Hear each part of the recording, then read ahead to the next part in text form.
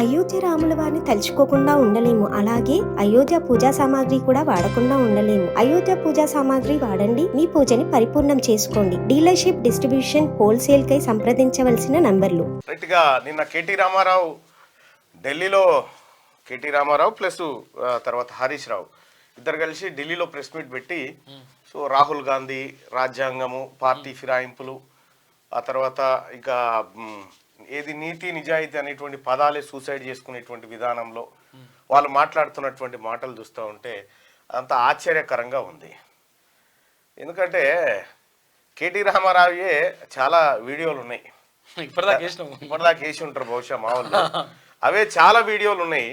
వీళ్ళు ఏం చేసిరు, ఏం కథ, గతంలో ఏం మాట్లాడారు, ఏం ఎట్టెట్లా అనేది నేను 2020 సంవత్సరంలో చెప్పిన స్టేట్మెంట్ ఒకటి నాకు ఇప్పుడు తవ్వకాలలో దొరికింది. 2023 తర్వాత టీఆర్ఎస్ పార్టీ అడ్రస్ గల్లంత అయితే భూస్థాపితం అవుతుందని 2020లో చెప్పిన, 4 ఏళ్ల కింద చెప్పిన. అప్పటికి సింగ్ మీద ఉన్నాడు కాక, 106 మంది ఎమ్మెల్యేలు, ఇక ఏం లేదనేటువంటి విర్రవిగేటువంటి పరిస్థితిలో ఉండే కేసీఆర్.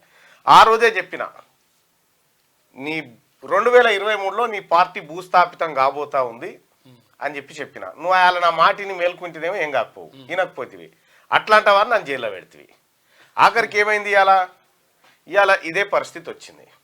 ఇవాళ నీతి వ్యాఖ్యలు చేస్తూ ఉన్నారు, పార్టీలను ఫిరాయిస్తారా. 2014లో కూడా పొన్నాల లక్ష్మయ్య గారు పిసిసి చీఫ్గా ఉన్నప్పుడు కేసీఆర్ ఇవే వ్యాఖ్యలు చేసిన, 63 సీట్లు గెలిచినప్పుడు సీరి చింతకు కడతారు జనం, అట్లా చేస్తారా ఇట్లా చేస్తారా అనే డైలాగులు కొట్టిండు. ఆ తర్వాత కేసీఆరే కాంగ్రెస్ను చీల్చిండు, టీడీపీని చీల్చిండు, ఆఖరికి లెఫ్ట్ పార్టీ బీఎస్పీని కూడా దాంట్లో విలీనం చేసుకున్నటువంటి సందర్భంలో ఇగో సరే ఈయనది పెడదామన్నా. ఇక్కడ ఎవరన్నా ఒక్కరన్నా టీఆర్ఎస్ పార్టీకి సంబంధించినటువంటి వ్యక్తి ఎవరన్నా ఒక్కరు నీ మాటల్ని పోని మనం చేసింది గతంలో కరెక్టే అనేటోళ్ళు ఉన్నారా? ఇవాళ నీ పార్టీని వదిలిపెట్టి పోతా ఉంటే ఇక మీరు చేస్తే సంసారం, అవతలోడు చేస్తే వ్యభిచారం అయినట్టుగా కాంగ్రెస్ పార్టీకి ఏ రోజు కూడా పార్టీలను ఫిరాయించాలనేటువంటి ఉద్దేశం లేకుండే మొన్నడ ముఖ్యమంత్రి రేవంత్ రెడ్డి గారు క్లియర్గా మనకు ప్రజలు ఇచ్చిన మ్యాండేట్ సరిపోతుంది, మనం అధికారానికి కావాల్సినటువంటి సంఖ్యాబలం ఉంది అనేటువంటి కట్టుబాట్లలో ఆయన ఉండి పరిపాలన కొనసాగిస్తూ ఉంటే నీ ప్రభుత్వాన్ని కూల్చేస్తాం, ఇంకా నెలనే ఉంటుంది, ఇంకా 3 నెలలే ఉంటుంది అన్న తర్వాత ఎవరైనా అధికార పక్షంలో ఉన్నటువంటి ఎవరైనా సహజంగా ఏ పని చేయాలో ఆ పని చేసిరు అంతే. ఇవాళ కాంగ్రెస్ పార్టీ కాకుండా చాలామంది అనుకుంటుండొచ్చు పార్టీలను ఫిరాయించుడు తప్పు కదా అని. ఎస్, కాంగ్రెస్ పార్టీ, రాజీవ్ గాంధీ గారు పార్టీ ఫిరాయింపుల నిరోధక చట్టాన్ని తీసుకొచ్చినటువంటి వ్యక్తి. దానికి మీరు సమర్థనగా ఏం చెప్పుకోరు, పార్టీలను ఫిరాయించడం తప్పు, కానీ ఎల్పీలను కలుపుకోవడం తప్పు లేదు, అది రాజ్యాంగం యాక్సెప్ట్ చేస్తుందని చెప్పి కేటీ రామారావు చెప్తా ఉన్నాడు. అయితే ఒక మాట అడగదలుచుకున్నా నేను, వీళ్ళు అసలు వీటికి పోయింది ఏ పని మీద పోయారు? కేటీ రామారావు, హరీష్ రావు ఢిల్లీకి ఏ పని మీద పోయారు? కవితను కలవడానికి. కవిత కేసు వ్యవహారంలో ఎందుకు ఉరికిర్రంటే ఇంటికి ఫోన్ చేసి కన్నీళ్ళు పెట్టుకుందట కవిత, నా పరిస్థితి ఏందని. సరే, సహజంగానే బిడ్డ జైల్లో ఉన్నప్పుడు తండ్రికి ఆవేదన జరుగుతుంది, ఆ ఫోన్ సవలత్ ఉంటుంది అన్నట్టు ములాఖాత్ ఫోన్ సవలత్తులో కన్నీళ్ళు పెట్టుకుంటే అన్నను భావన పంపిస్తున్న బిడ్డ అని పోయారు. పోయిన తర్వాత వీళ్ళు పోయిందేమో చెల్లె కోసం, ఇలా చెల్లెని జైలు వేసిందేమో ఎన్డీఏ సర్కార్. ఎన్డీఏ సర్కార్ అంటే ఎవరు? భారతీయ జనతా పార్టీ సారథ్యంలో నడుస్తున్నటువంటి ఆ సర్కార్. మా చెల్లెను అక్రమంగా అరెస్ట్ చేసిర్రు, మా చెల్లెను అన్యాయంగా జైల్లో పెట్టిరని వీళ్ళు ప్రెస్ మీట్ పెట్టి నరేంద్ర మోడీ గారినో ఎన్డీఏ ప్రభుత్వాన్నో వాళ్ళ పాలసీలను విమర్శిస్తే బాగుండేది.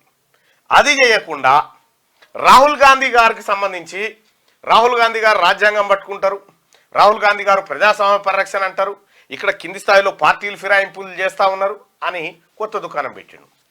అంటే ఈ బీజేపీతోని లోపాయకారి ఒప్పందంలో ఇది మాట్లాడాలనుకుంటున్నారా, లేకపోతే ఇట్లా లోపాయకారి ఒప్పందంగా మాట్లాడాలనుకుంటున్నారా, లేకపోతే ఇంకేంది?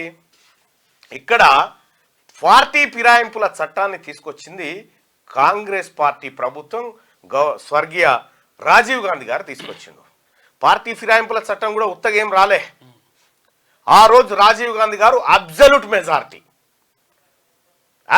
మెజారిటీ భారీ సీట్లను, లోక్సభ సీట్లను ఈ దేశంలో కాంగ్రెస్ పార్టీ గెలిచిన తర్వాత ఆ రోజు పుంజాల శివశంకర్ గారు, మాజీ కేంద్ర న్యాయశాఖ మంత్రి,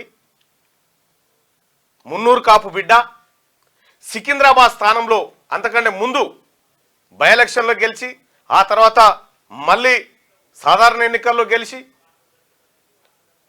ఆ తర్వాత ఇందిరాగాంధీ గారి మరణం చనిపోయిన తర్వాత పుంజాల శివశంకర్ గారిని అక్కడ కావాలని చెన్నారెడ్డి లాంటి వాళ్ళు కొంతమంది ఓడించడం కోసం సర్వశక్తులు ఒడ్డిరు, సరే చేసిరు, అయిపోయింది.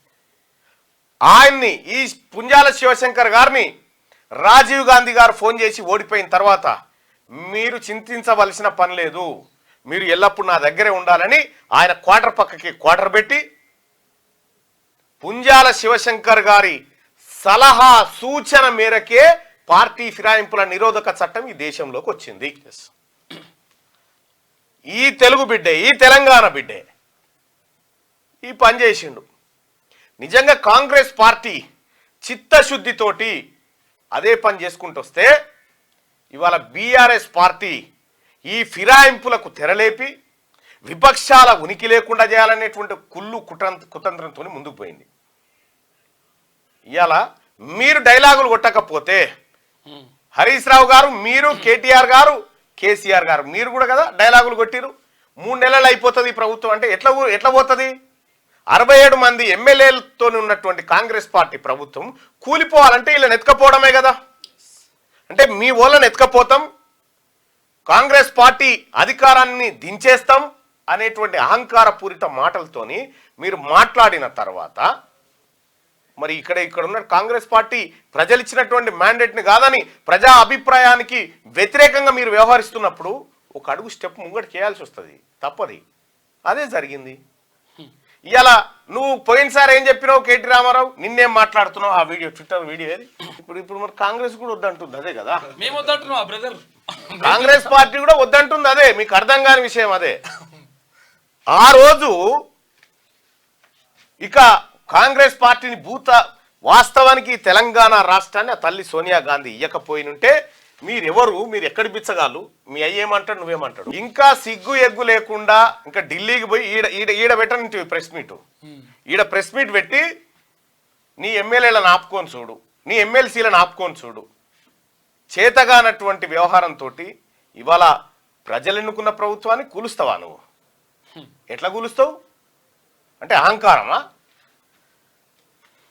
నీకు ప్రతిపక్ష పాత్రలో ఉండమని చెప్పి ప్రజలు చెప్తే నువ్వు అసెంబ్లీ సమావేశాలకే డుమ్మ కొట్టినటువంటి మొనగానివి. నీకు ఆ ప్రతిపక్షం కూడా వద్దని ప్రజలు డిసైడ్ అయ్యారు. ఇప్పుడు రాష్ట్రంలో ఏ ప్రజలకు అయ్యో బీఆర్ఎస్ వదిలిపెట్టి పోతురన్న బాధ ఏం లేదు. అయితే విషయం ఏంటంటే తప్పు చేసిండు. భారతీయ జనతా పార్టీ మాట్లాడుతూ ఉంది ఏమని, రాజీనామా చేసే మా పార్టీలోకి రావాలంటారు. ఓకే, మీరు మంచి సిద్ధాంతంతోనే ఉన్నారనుకుందాం. కానీ మధ్యప్రదేశ్లో నిన్నగాక మొన్న కాంగ్రెస్ పార్టీ ఎమ్మెల్యేలను బీజేపీలో చేర్చుకొని ఏకంగా మంత్రిగా ప్రమాణ స్వీకారం చేయించారు 2 సార్లు. ఏది మరి ఆ మధ్యప్రదేశ్లో నీతి ఈడో నీతి ఉంటుందా? మీకు మాట్లాడడానికి అర్హత లేదు. పార్టీ ఫిరాయింపుల మీద అటు బీఆర్ఎస్కు కానీ ఇటు బీజేపీకి కానీ మాట్లాడే అర్హత లేదు. ఇది స్పష్టంగా చెప్పదలుచుకున్నా.